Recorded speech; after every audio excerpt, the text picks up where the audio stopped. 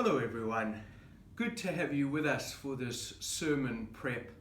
We're preparing for the 19th Sunday of Ordinary Time in Year B. Before I begin that, perhaps I can just thank everyone for all the prayers and best wishes that Father Malusi and I received for St. John Vianney Day yesterday. As you know, we had a little celebration with the other priests of the Archdiocese. It was good to see them again after so long. Of course, we were socially distanced and had masks on during Mass, but it was still good to come together and be a brotherhood again. So thank you for all your prayers for us. They really are appreciated at this time. So great, thanks. So, the 19th Sunday of Ordinary Time, Year B. Let's have a look at the readings for this Sunday. The first reading is taken from the first book of Kings, chapter 19, verses 4 to 8. Our responsorial psalm is Psalm 34, and the verse that we respond with links the first reading and the gospel so well. The response is, "Taste and see that the Lord is good." Truly he is good, isn't he? The second reading is, we're still in St. Paul's letter to the Ephesians, chapter 4, verses 30 to 52. And our gospel is from St. John's Gospel, chapter 6, verse 41 to 51. It is a continuation from last week's gospel. We are, as you know, whenever you hear John chapter 6, you know we are in the Bread of Life discourse. You know that there are many discourses in John's gospel, teachings, and this is the Bread of Life discourse, the famous Bread of Life discourse, where Jesus says, and we hear it for the first time in our gospel this Sunday, "I am the bread of life. He who eats my flesh has life within him." And so for the first time, the bread of life is linked to the flesh of Jesus, and we hear that for the first time this Sunday. But the gospel starts and it continues immediately from last Sunday's gospel. Last Sunday, Jesus said that he is the bread of life. Now we hear the response of the Jews to that statement, and they are shocked. They sort of think, well, no, we know him. We know his mother and his father. We know Mary and Joseph. So how can he say he has come down from heaven? He is the bread of life. And so they reject him straight away, don't they?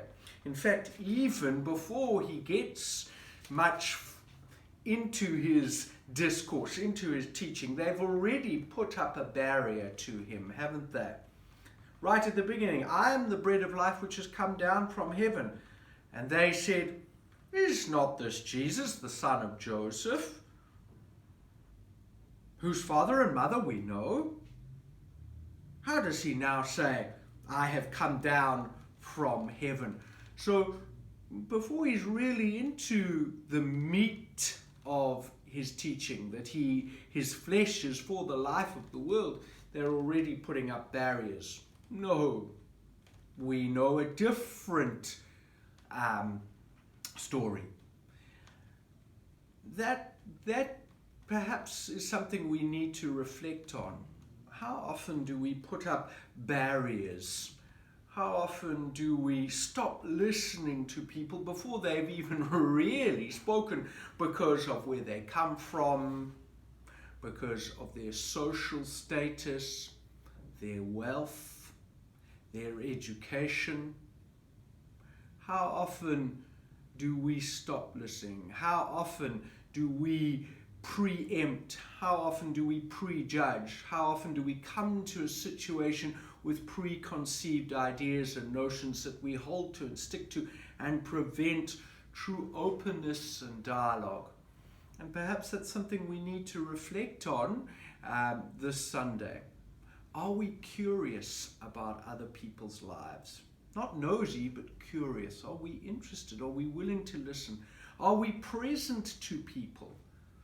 Are we truly open? Are we there with them? Or do we put up barriers and prevent real openness, real presence to other people? And then, of course, Jesus does go on to explain that his flesh is the flesh for the life of the world. And he speaks about being drawn to the Father, being drawn through him and his flesh to the Father. And there's a little bit here that perhaps might cause us a bit of trouble. Maybe we've got some questions around it.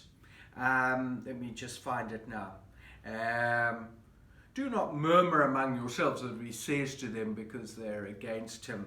No one can come to me unless the Father who sent me draws him, and I will raise him up at the last day.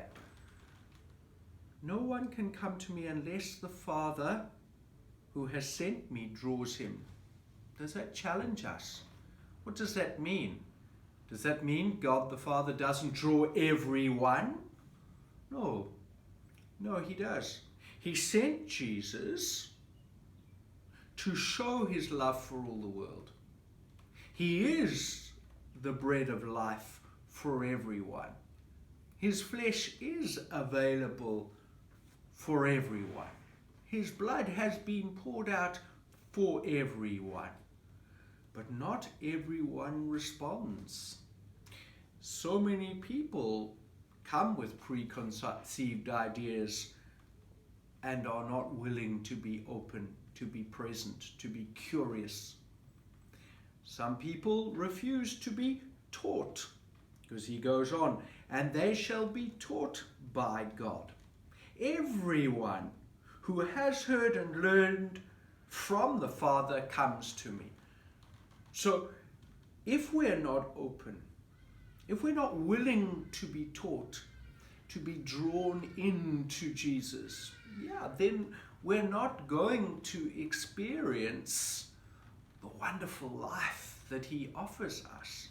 And so perhaps that's a real challenge for us this week. How open are we? How willing are we to be taught? To admit that we haven't got all the answers. To be taught. Okay, so those are some thoughts from the Gospel. The first reading, of course, links into the Gospel because of the food that the prophet Elijah is given in the desert. A little bit of background here. We know what's happening with Elijah here, the context. He is in sort of a war with Queen Jezebel, the evil, nasty Queen Jezebel. And you know her prophets of Baal. Remember what had happened? All the prophets had tried to offer sacrifice, and the sacrifice wasn't accepted, and yet Elijah's was. And now, because of that experience, that little incident, big incident, he flees from the wrath of this evil queen, and he flees into the desert. Where is he going? He's going south. What is south? The mountain of God, Horeb, Sinai. He's going down to the mountain, and he's got to go through the desert. Remember, the people had come from Egypt through the desert, the wilderness, to the Holy Land, to Canaan, now he's going south and again through the desert, and it's harsh. And he's going there because that's where God had given the people the commandments. That's where God had entered into covenant, into relationship. And he needs to be strengthened in that. He's having a really tough time, the prophet Elijah. And so he's making a pilgrimage, if you like, to Mount Sinai, to go and be with God, to touch base with God again. But this journey through the desert is harsh, and he really wants to give up. He's had enough. And yet God comes to him and nourishes him and strengthens him. On Monday evening, we're doing the Jesus, the Way, the Truth, and the Life. And that series from Ascension Press. And we're in session 3, and it's about the wilderness, the desert. John the Baptist is in the desert, and Jesus goes to him to be baptized. Jesus then goes out into the desert and is tempted, beginning of his ministry. And I said then that the desert looms large in the story of our salvation. The people coming through the desert from Egypt, as I mentioned, Elijah in the desert, John the Baptist in the desert, Jesus in the desert. It's a symbol for the tough, difficult, challenging parts of our relationship with God, our following God, our being disciples. And here we see that very clearly. Elijah's battling. But in that desert, he finds nourishment and help in the bread that is given. For us, as we make our way through difficult times, and perhaps these year and a half is desert for us. Sometimes we have felt like we're in the desert, like we want to give up. But the bread of life nourishes us. Jesus comes to us just like God came to Elijah to keep us going. And so we must keep going. Okay. The second reading, St. Paul writing to the Ephesians, is about unity and how we as Christians have to seek to build unity, a unity that mirrors the Trinity. And by our actions, by our words, by our behavior, by our attitude, we either foster unity or we break it down. And perhaps that links into the gospel and the attitude of the Jews to Jesus' statement, I am the bread of life. I've come for you, for the life of the world. Are they fostering an attitude of unity and openness to others? No, they're not. And St. Paul makes it clear that, when we slander one another, when we gossip, when we are angry, when we do not forgive, those are things that build walls. And Christians should not behave like that. We should be breaking down walls by our attitudes of love and acceptance of people who may, in fact, be very, very different to us. Okay, so those are my thoughts for this Sunday. They're good readings. They're rich. They're full of life and meaning. So perhaps spend some time reflecting and praying on these readings.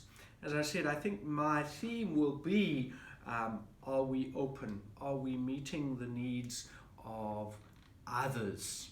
That's really, really important, even when we are walking through the desert, because it most probably means that they're in the desert too, and they need our support, they need our love, they need our openness and acceptance.